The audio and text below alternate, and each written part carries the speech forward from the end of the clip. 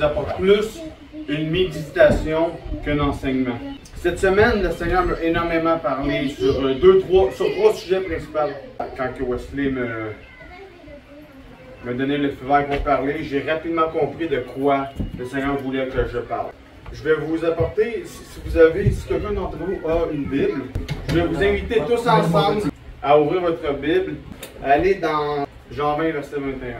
Wesley, je vais t'inviter à lire le verset 21, s'il te plaît. Jésus leur dit de nouveau, la paix soit avec vous, comme le Père m'a envoyé, moi aussi je vous envoie. Le premier sujet que je veux vous parler, c'est sur le pardon. Pendant que j'étais en train de conduire, j'étais en train de méditer sur la prière sacerdotale de Jésus, quand il a prié le Seigneur pour dire, voilà ma mission va se terminer. Et juste après, en vocal, j'ai écouté ce verset-là. Que la paix soit avec vous, comme le Père m'a envoyé, moi aussi je vous envoie. Okay? Yann, tu peux continuer. Lis le verset 22, s'il te plaît. Après ces paroles, il souffle sur eux et il leur dit, recevez l'Esprit Saint. Parfait. Là, il faut retenir ici ce que le Seigneur a dit. Je vous invite tous à lire la Bible tranquillement. Et quand on lit la Bible tranquillement, là, on débloque parfois des mystères cachés. Comme Dieu a envoyé le Christ, Christ nous envoie aussi. Je vais lire le verset 23. Je vais le lire lentement afin que le Saint-Esprit vous révèle ces choses. Ceux à qui vous pardonnerez les péchés, ils leur seront pardonnés. Et ceux à qui vous les retiendrez, ils leur seront retenus. Je vais m'arrêter là pour qu'on médite ensemble l'importance du pardon. L'importance du contexte aussi. Voyez-vous à quel point c'est important de pardonner? Ceci est la première chose que Jésus a dit quand il a soufflé le Saint-Esprit sur les apôtres. La première chose et la plus importante. On retourne dans le contexte. Jésus leur dit de nouveau que la paix soit avec vous, comme le Père m'a envoyé. Moi aussi je vous envoie. Dieu a envoyé Christ et vous savez que Christ a le pouvoir de pardonner les péchés. Suivez-moi bien.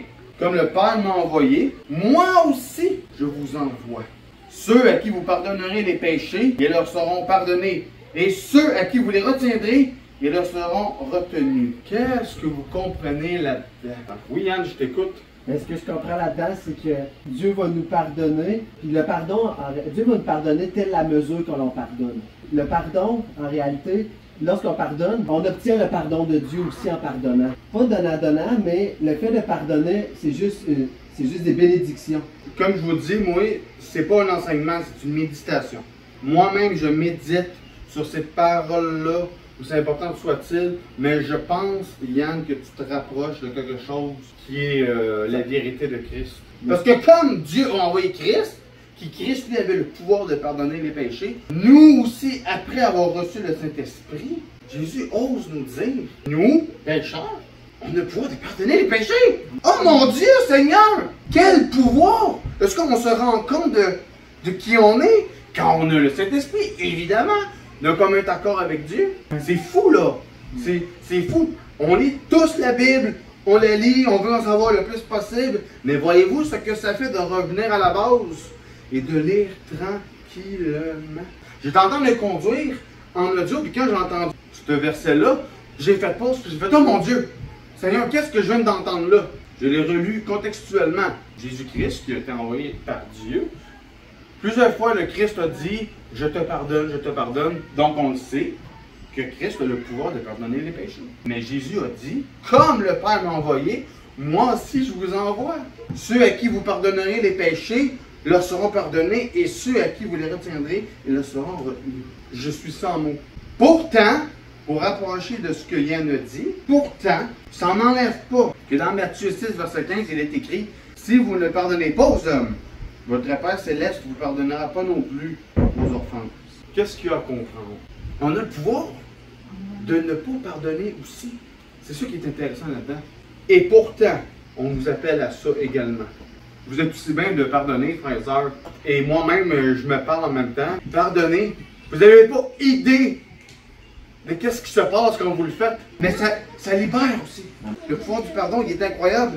J'ai été saisi je vous avoue, j'apprends encore. Moi, personnellement, je n'ai pas de la difficulté à pardonner, mais ce que je veux dire, c'est dans le sens de ce que ça veut dire. Le message de ce que ça veut dire, c'est incroyable. Quand on reçoit le Saint-Esprit en nous, là, on fait un avec Christ, et c'est beaucoup plus vrai et littéral qu'on pourrait le croire.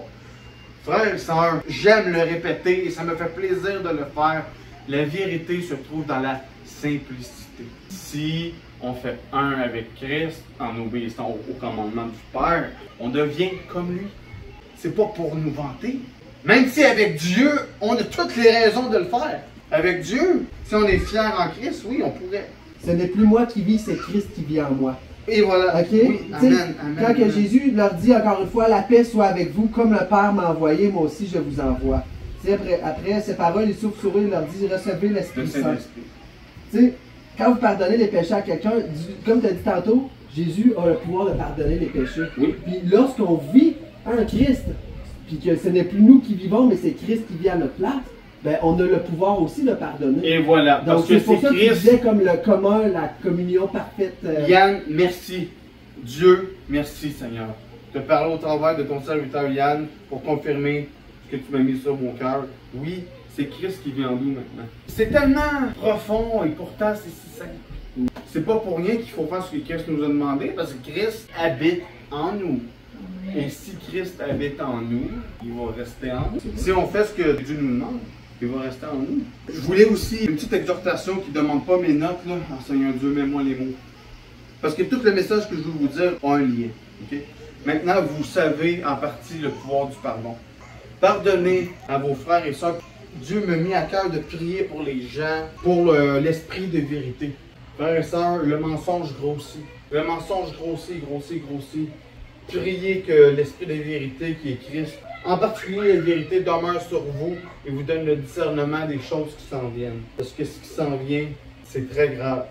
On a tous eu, à un moment donné dans notre vie, entretenu un mensonge. Mais sachez que la vérité libère.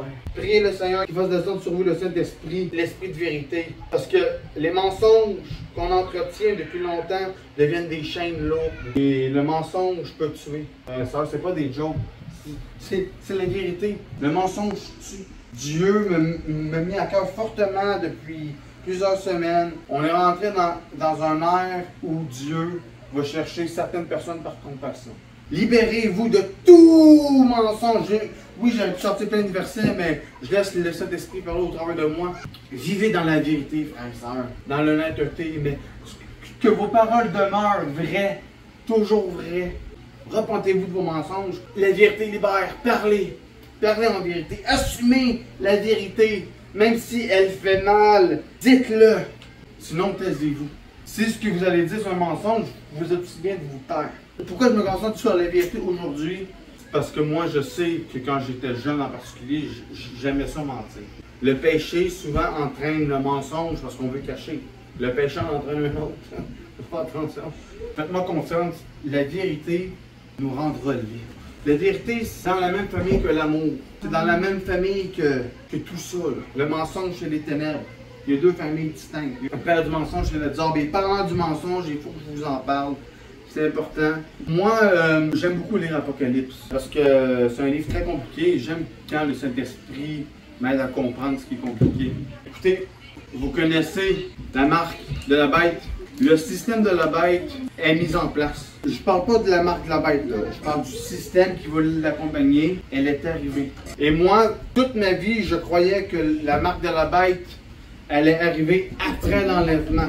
Mais je suis en train de découvrir que, oui, la marque de la bête va être imposée après l'enlèvement. Ça, c'est vrai. Imposée, oui. Mais la marque de la bête, ça va faire comme le vaccin. Il va arriver tranquillement, ça ne sera pas obligatoire.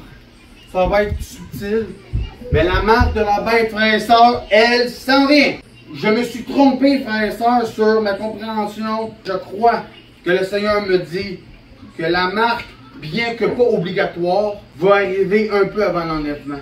Le système de la bête et la marque de la bête, c'est le plus gros des mensonges qui ne peut pas arriver. Et ça, Dieu même ne le pardonnera pas. Oui, ça fait un peu contraire à ce que j'ai dit tantôt. Parce que nous, pour l'instant, notre mandat, c'est d'évangéliser et de pardonner. Mais là, Dieu, ce qu'il a mis sur mon cœur, Dieu est en train de trancher. C'est pour ça que Dieu rassemble ses élus. Voyez en esprit, imaginez quelqu'un qui est en train de trancher son blé. Qu'est-ce qu'il fait après? Il l'assemble. Il l'assemble. Mais c'est pour ça que les enfants de Dieu, en ce moment, sont en train d'être rassemblés. Dieu est en train de trancher. On n'a plus de temps. Le système de la bête arrive et ça va être la grande tentation. C'est pour ça que Dieu, par la mort, va enlever des gens avant l'enlèvement. Parce que le système de la bête arrive pour tenter. C'est mieux pour vous de mourir en Christ que d'accepter la marque de la bête. J'étais pas censé parler de ça, frères et sœurs. J'étais pas censé, je ne voulais même pas. Je vous avoue, là, ça ne me tentait pas parce que c'est trop négatif. Dieu sait à quel point je suis un homme positif et que j'aime la positivité. Mais la vérité doit être établie. Le système de la bête est là. Tout est prêt maintenant. Les élus ne pourront pas être séduits, mais il y a certains élus qui vont perdre la vie. Et c'est mieux pour eux. On est beaucoup mieux de mourir en ce moment que d'accepter cette abomination qui est la marque de la bête. Et faites-vous-en pas, frères et sœurs, Dieu va vous révéler qu'est-ce que ça va être. Faites-vous-en pas pour ça, mais on va devoir subir des difficultés parce que depuis 2020, on est entré à la fin des temps. Et les choses vont aller très vite. Les choses s'accélèrent. Tout ce qu'on a vu en 2020, ce n'était qu'une pratique pour la mise en place de ce qui est là. On ne sera pas obligé au début de prendre la marque de la bête, mais on va perdre des privilèges. Comme avec la vaccination, ça va être pareil. Mon but, c'est pas de parler du vaccin, là. Ça a été mis entre les mains de Dieu et certaines personnes, Dieu leur a dit de le faire. Donc, je ne tape pas sur ces gens-là. C'est correct. Mais la mise en place de tout ça, ça en vient. Il ne reste plus beaucoup de temps, frères et sœurs. Assurément moins de 20 ans. Le Seigneur a dit qu'il n'y a personne qui connaîtrait l'heure ni le jour, c'est vrai.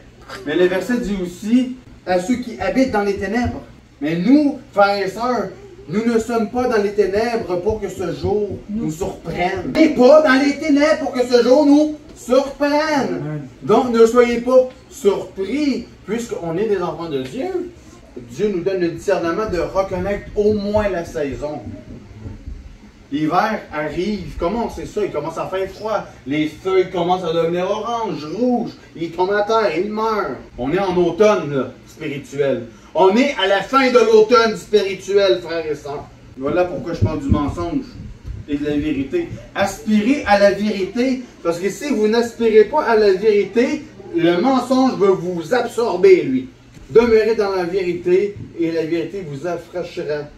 La vérité va vous révéler toutes choses. Quand je parle de vérité, je parle du Seigneur Jésus, évidemment, qui est le chemin, la vérité et la vie. Juste sur ces trois choses que le Seigneur a dites, je pourrais en parler longtemps. Ce sera pour une prochaine fois. Oui. Le chemin, c'est la direction. Alors, allez vers la vérité et vous aurez la vie. Frères et sœurs, comme je vous ai dit, je me suis trompé sur une compréhension de l'Apocalypse parce que je croyais vraiment que la marque de la bête arriverait après l'enlèvement. Je me suis trompé. Exhortez vos frères le plus vite possible parce que il y a des gens qu'on aime qui vont prendre la marque. Là, je ne parle pas d'enfants de Dieu, les élus, là. Non, je ne parle pas de ça. Il y a des gens dans le monde qu'on aime qui vont prendre la marque. Qu'est-ce que vous allez faire de cette personne-là dans votre vie si cette personne-là prend la marque? Ça fait peur. J'ai pas envie de vous dire ça. Cette personne-là, si la personne prend la marque de la bête, passez-la de votre vie. Ça va arriver, on va être tenté à la fin des temps. Les élus ne se feront pas séduire, mais on va souffrir. Commencez maintenant à vous détacher des choses du monde et même à vous détacher de certaines personnes dans le monde. Je ne vous dis pas de ne plus les aimer, je vous dis de vous détacher. Sinon, c'est le diable qui va le faire pour vous. C'est pas facile, frère et sœur, ce que je dis. J'ai été perturbé par cette révélation-là. Je croyais vraiment que la marque de la bête arriverait après l'enlèvement. Je me suis trompé. Elle va être imposée après l'enlèvement. Après l'enlèvement, elle va être imposée pour ceux qui ont manqué l'enlèvement. Là, oui, le faux prophète, la deuxième, selon Apocalypse 13, verset 4, je crois, va imposer la marque. Il va tuer ceux qui ne l'apprennent pas. Ça, c'est vrai. Mais ça, c'est après l'enlèvement. Malheureusement, tout est mis en place maintenant. Détachez-vous du monde. Détachez-vous du monde aussi. Continuez de prier pour eux. Et surtout, pardonnez-leur. Pardonnez-leur parce que votre attitude de pardon va... Vous allez montrer Christ au travers de votre attitude et ces gens-là vont avoir envie de vous aimer.